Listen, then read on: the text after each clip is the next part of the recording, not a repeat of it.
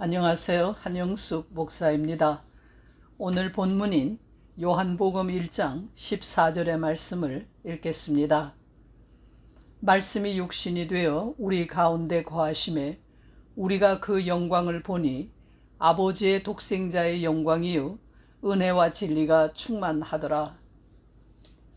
신약 성경 중에서 가장 먼저 기록된 사도 바울의 서신과 공관복음서에는 교회라는 단어가 여러 번 등장합니다. 사도 바울과 공관복음서의 저자들은 제각기 교회에 대한 신학적 정의를 내리고 있습니다. 그러나 저들보다 훨씬 후대에 기록된 요한복음에는 교회라는 단어가 없습니다. 요한복음이 기록될 당시에는 이미 상당히 많은 교회들이 곳곳에 존재했었습니다. 그럼에도 불구하고 요한은 교회라는 단어조차 사용하지를 않았습니다. 요한이 왜 교회라는 단어를 사용하지 않았는지 정확한 이유는 알 수 없습니다. 어쩌면 요한은 사람들이 알고 있는 통속적인 개념으로서 교회를 소개하고 싶지 않았을 수 있습니다. 사람들이 교회라는 단어를 생각할 때면 자연스럽게 눈에 보이는 교회를 떠올립니다.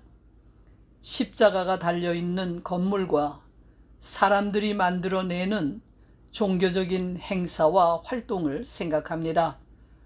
이러한 현상이 오늘날에 와서 생긴 것은 아닙니다. 요한의 시대에도 그러했을 것입니다.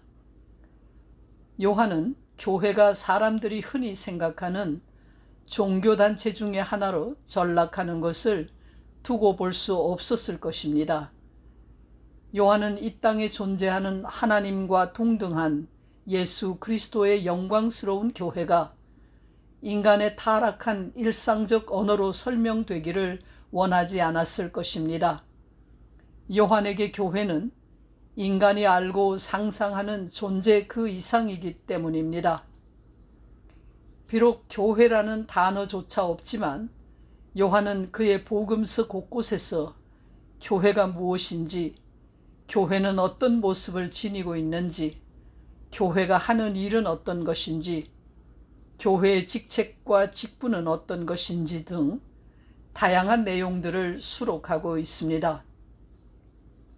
오늘 본문도 그 중에 하나입니다.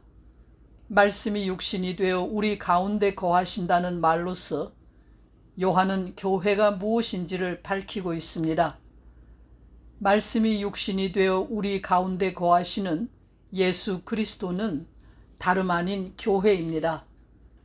육신이 되어 우리 가운데 거하는 말씀은 역사 속에서 한때를 살다간 인간 예수를 가리키는 말이 아니라 시간과 공간을 초월한 우주적인 존재로서의 예수 그리스도, 그의 교회를 가리키는 말입니다.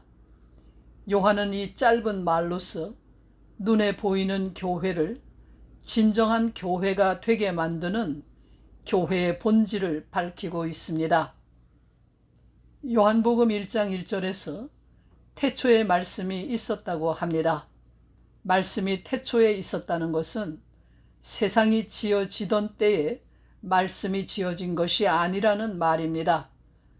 세상이 창조되기 이전에, 시간도 공간도 있기 이전에, 모든 만물이 있기 이전에 말씀이 있었다는 뜻입니다. 결국 말씀은 피조물이 아니며 이 세계에 속한 것이 아니라는 말입니다. 말씀은 창조주와 마찬가지로 절대적인 피 안의 존재라는 뜻입니다.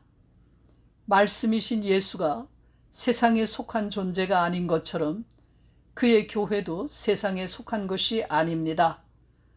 눈에 보이는 교회가 세상 안에 존재하지만 교회는 사람들에게 속한 것이 아닙니다. 교회는 하나님께 속한 것이며 하나님의 것입니다.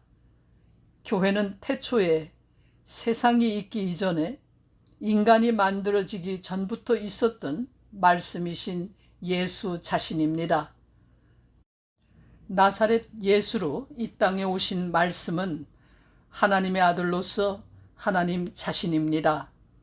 세상은 하나님을 알지 못하고 본 적도 없지만 예수를 통해서 세상은 하나님을 알 수 있고 볼 수 있게 되었습니다. 예수를 통하지 않고는 그 누구도 하나님을 올바로 알 수가 없고 참 하나님을 만날 수 없습니다. 교회에 온다는 것은 예수께 오는 것이며 이는 곧 하나님께 오는 것을 의미합니다. 교회에는 하나님의 독생자 예수 그리스도의 영광이 깃들어 있고 죄인을 구원하시는 십자가의 은혜와 진리이신 하나님이 함께 하십니다. 기도하겠습니다.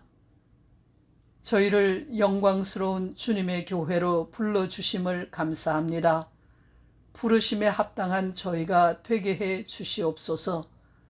예수 그리스도의 이름으로 기도합니다. 아멘.